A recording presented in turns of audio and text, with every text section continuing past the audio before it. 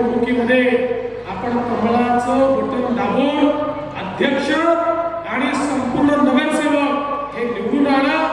आपल्या शहराच्या परिवर्तनाकरता, आपल्या शहराला आधुनिक बनवण्याकरता आपण सगळे लक्ष घाला. आपल्याला कल्पना आहे, आम्ही दिलेली आश्वासनं पूर्ण करणारे लोक कधी पळून जात नाही.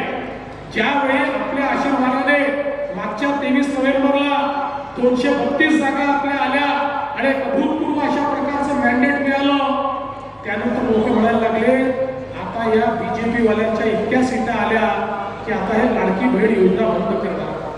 1 वर्ष झालं लाडकी बहीण योजना बंद झाली नाही. आणि माझ्या लाडक्या बहिणींना या ठिकाणी सांगतो, जोपर्यंत तुमचा देवा भाऊ मुख्यमंत्री आहे तोपर्यंत काहीही झालं तरी लाडकी बहीण योजना बंद होणार नाही. पण त्याच वेळी मी मिलन कल्याण शेट्टी, अंजली ताई आणि अतुल भाऊ तुमच्यावर एक जबाबदारी या ठिकाणी टाकतोय की आता आमच्या लाडक्या बहिणींना केवळ लाडकी बहीण ठेवायचं नाहीये, आमच्या लाडक्या बहिणींना लखपती दिदी आता आपल्याला बनवायचं आहे. गेल्या 1.5 वर्षामध्ये 50 लाख लाडक्या बहिणी लखपती दिदी झाल्या. म्हणजे ज्या दरवर्षी 1 लाख रुपयापेक्षा जास्त पैसा स्वतःच्या भरोशावर कमवतात अशा 50 लाख आम्ही केले आहेत. पुढच्या वर्षीपर्यंत 1 कोटी लाडक्या बहिणींना आम्ही लखपती निधी बनवणार आहोत. आणि म्हणून या तिन्ही नगराध्यक्षांवर या ठिकाणी जबाबदारी टाकतोय. ते निवडून आल्याबरोबर त्यांनी लखपती निधीचा कार्यक्रम हातामध्ये घ्यायचा आहे आणि माझ्या सगळ्या लाडक्या बहिणींना त्या ठिकाणी लखपती निधी करून त्यांच्या माध्यमातून मोठं परिवर्तन घडवायचं आहे.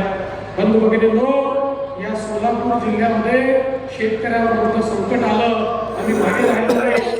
आमच्या पालकमंत्र्यांच्या नेतृत्वात मोठं काम त्या ठिकाणी केलं. शेतकऱ्यांना अभूतपूर्व अशा प्रकारची मदत केली.